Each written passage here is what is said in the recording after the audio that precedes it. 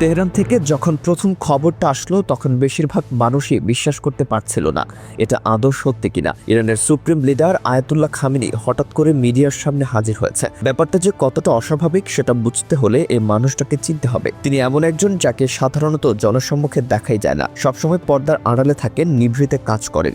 কিন্তু যখনই তিনি সামনে আসেন বুঝে নিতে হয় কিছু একটা বড় ঘটতে চাচ্ছে। এবারও ঠিক সেটাই ঘটল। তিনি যা ঘোষণা করলেন তা শুনে গোটা বিশ্ব যেন এক মুহূর্তের জন্য স্তব্ধ হয়ে গেল। ইরান এবার সামনে নিয়ে এসেছে তাদের একদম নতুন সুপার ড্রোন। এই ড্রোনটা কিন্তু 8-5টা ড্রোনের মতো নয়। দাবি করা হচ্ছে এমন প্রযুক্তি এর আগে পৃথিবীর কোনো দেশের হাতেই ছিল না। ঠিক এই জায়গাটাতেই পুরো ব্যাপারটা রহস্যের দিকে মোড় নিচ্ছে। ইরান কিন্তু ড্রোন বানানোতে একেবারে নবাগত কোনো দেশ নয়। আগেও তারা কামিকাজের ড্রোন তৈরি করেছে যেগুলো রাশিয়া ইউক্রেন যুদ্ধে ব্যবহার হয়েছে। শোনা যাচ্ছে উত্তর কোরিয়াও সেগুলো নিয়েছে। কিন্তু এবার যে ড্রোনের কথা বলা হচ্ছে সেটা একেবারে আলাদা গল্প। আগের সমস্ত ড্রোনকে এটা যেন ছাপিয়ে গেছে। এই ড্রোনে এমন কি আছে যা এটাকে বিশেষ করে তুলেছে সেই প্রশ্নই এখন সবার মনে ঘুরপাক খাচ্ছে। জানা যাচ্ছে এই ড্রোনটি ঘন্টায় 800 কিলোমিটার গতিতে উঠতে পারে। একটু ভেবে দেখুন তো, 800 কিলোমিটার গতি মানে প্রায় একটা যুদ্ধ বিমানের কাছাকাছি স্পিড। সাধারণ ড্রোনগুলো এই ধরনের গতি অর্জন করতে পারে না কোনোভাবেই। এছাড়া এটি 150 কেজি পর্যন্ত মিসাইল বহন করার ক্ষমতা রাখে। তার মানে শুধু গোয়েন্দাগিরি নয়, সরাসরি আক্রমণও চালাতে পারবে এই ড্রোন। কিন্তু সবচেয়ে চমকপ্রদ এবং একই সঙ্গে ভয়ঙ্কর বিষয়টি এখনো বাকি। এই ড্রোনটি শত্রুপক্ষের রাডারকে ভুল তথ্য দেখাতে সক্ষম। রাডার অপারেটর হয়তো দেখবে ড্রোনটি পূর্ব দিকে যাচ্ছে, অথচ বাস্তবে সেটা চলে যাচ্ছে পশ্চিম দিকে। এই প্রযুক্তিকে বলা হচ্ছে ফেক লোকেশন সিস্টেম। এটা কিভাবে সম্ভব হলো সেটাই এখন সামরিক বিশ্লেষকদের মাথা ঘামাচ্ছে। কারণ এই ধরনের প্রযুক্তি সাধারণত বড় বড় সামরিক শক্তিগুলোর হাতেই থাকে। ইরান কিভাবে এটা পেল সেই প্রশ্নের উত্তর এখনো কেউ দিতে পারছে না। এখানে বিষয়টা আরো গভীরে যাচ্ছে। ইরানের একটা অত্যন্ত গোপন সামরিক কারখানার কথা উঠে আসছে। এই কারখানা মাটির 200 মিটার গভীরে অবস্থিত। এটা কোনো সাধারণ ফ্যাক্টরি নয় যেখানে মোবাইল নেটওয়ার্ক কাজ করে না। স্যাটেলাইট সিগন্যাল পুরোপুরি ব্লক করা। বাইরের কোনো গোয়েন্দা সংস্থা চাইলেও এই জায়গার কার্যক্রম ট্র্যাক করতে পারবে না। সিআইএ চেষ্টা করেছে, মোসাদ চেষ্টা করেছে, কিন্তু কেউই সফল হয়নি বলে জানা যাচ্ছে। ইরান বহু বছর ধরে তাদের মিসাইল এবং ড্রোন প্রজেক্টগুলো এমন সব গোপন আন্ডারগ্রাউন্ড বাংকারে চালিয়ে আসছে। কিন্তু এবারের প্রজেক্ট যেন সবকিছুকে ছাপিয়ে গেছে। 4 মাস আগের সেই ঘটনা মনে আছে নিশ্চয়ই। ইরান ইসরায়েলের আকাশে কয়েকশো ড্রোন পাঠিয়েছিল। সেই আক্রমণে ইসরায়েলের বিখ্যাত আয়রন ডোম প্রতিরক্ষা ব্যবস্থা বেশিরভাগ ড্রোন মাটিতে নামিয়ে এনেছিল। ইরানের জন্য সেটা ছিল বড় ধাক্কা। তাদের অনেক ড্রোন ধ্বংস হয়ে গেল ইসরায়েলের মিসাইলের আঘাতে। কিন্তু ইরান চুপ করে বসে থাকেনি। তারা সে ব্যর্থতা থেকে শিক্ষা নিয়েছে। ধরা পড়া ড্রোনগুলোর প্রযুক্তি বিশ্লেষণ করেছে, আর ঠিক 4 মাসের মাথায় সামনে আনলো আয়রন ডোম কিভাবে কাজ করে সেটা বুঝেছে। আর ঠিক 4 মাসের মাথায় সামনে আনলো এই নতুন ড্রোন যা আয়রন ডোমকে ফাঁকি দিতে পারবে বলে দাবি করা হচ্ছে। এখানে একটা অদ্ভুত ঘটনা না বললেই নয়। ইসরায়েলের এয়ার স্পেস এজেন্সি কিছুদিন আগে একটা রিপোর্ট দিয়েছে। তারা বলছে তাদের উত্তর সীমান্তের আকাশে একটা অচেনা ড্রোন দেখা গেছে। সেই ড্রোন তাদের রাডারের সিগন্যালকে পুরোপুরি ফাঁকি দিয়ে চলে গেছে। তারা ট্র্যাক করতে পারেনি, রাডারে ঠিকমতো দেখতে পায়নি। কখনো মনে হচ্ছিল এটি যাচ্ছে পূর্বে, মুহূর্তে দেখা গেল অন্যদিকে। শেষ পর্যন্ত সেটা কোথায় গেল তার কোনো হদিস মেলেনি। ইসরায়েলের গোয়েন্দা সংস্থা মোসাদ দাবি করেছে এই ড্রোন দেখতে অনেকটা ইরানের এই নতুন ড্রোনের মতোই ছিল। এটা কি পরীক্ষামূলক উড়ানো ছিল? ইরান কি ইসরায়েলের প্রতিরক্ষা ব্যবস্থা পরীক্ষা করেছিল?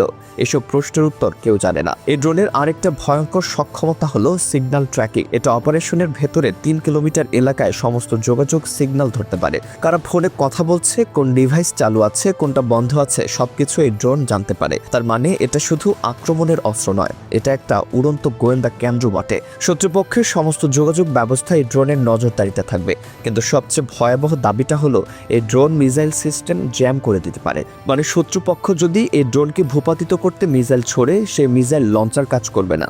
এটা যদি সত্যি হয় তাহলে এই ড্রোনকে আটকানো প্রায় অসম্ভব হয়ে দাঁড়াবে। ইসরায়েলের সামরিক বিশেষজ্ঞরা এই দাবি শুনে চিন্তিত হয়ে পড়েছে। তাদের গর্বের আয়রন ডোম যদি সত্যিই এই ড্রোনকে আটকাতে না পারে তাহলে ইসরায়েলের আকাশ অরক্ষিত হয়ে পড়বে। এই ড্রোনের রেঞ্জ নিয়েও আলোচনা করা দরকার। ধারণা করা হচ্ছে এটা 4000 কিলোমিটার দূর পর্যন্ত উঠতে পারে।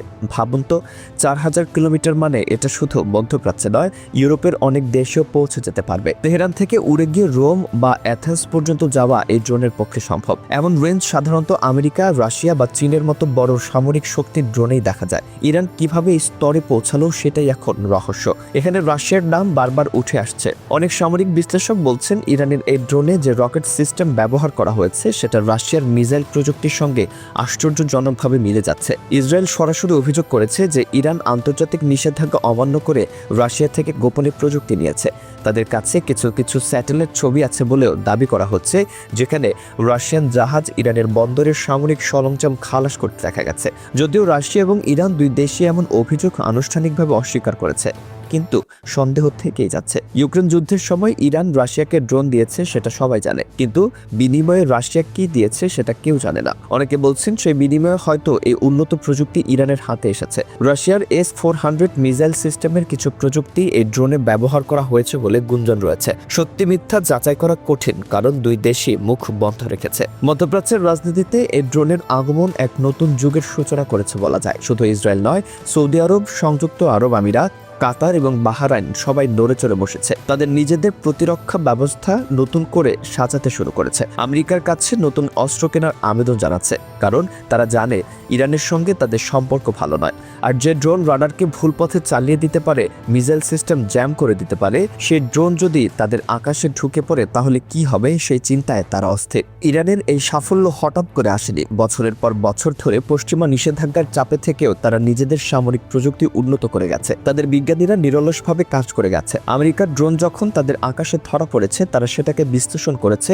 শিখেছে, নিজেদের কাজে লাগিয়েছে। ইসরায়েলের আয়রন ডোম যখন তাদের ড্রোন মাটিতে নামিয়েছে, তারা সে ব্যর্থতা থেকেও শিক্ষা নিয়েছে। আর আজ এই শিক্ষার ফল তাদের হাতে এসেছে সেই সুপার ড্রোনের মাধ্যমে। আগামী দিনগুলোতে কি হবে সেটা বলা মুশকিল। ইসরায়েল কি নতুন কোনো প্রতিরক্ষা ব্যবস্থা আনবে? আমেরিকা কি মধ্যপ্রাচ্যে আরও সামরিক সহায়তা বাড়াবে, নাকি ইরান এর মধ্যেই আরও কিছু বানিয়ে ফেলবে? এসব প্রশ্নের উত্তর সময় দেবে। তবে একটা বিষয় পরিষ্কার হয়ে গেছে, মধ্যপ্রাচ্যের আকাশ আর আগের মতো নেই। সেখানে এখন নতুন এক শক্তি উঠছে, যার নাম ইরানের সুপার ড্রোন। এই ড্রোন শুধু একটা অস্ত্র নয়, এটা একটা বার্তা। এই ড্রোন শুধু ইরান বিশ্বকে জানিয়ে দিচ্ছে যে নিষেধাজ্ঞা দিয়ে তাদের আটকানো যাবে না। তারা নিজেদের পথ নিজেরাই তৈরি করে নেবে। আর সেই পথ কতটা ভয়ঙ্কর হতে পারে, এই ড্রোনই তার প্রমাণ। মধ্যপ্রাচ্যের সব হিসাব এখন নতুন করে কষতে হবে, কারণ খেলার নিয়ম বদলে গেছে।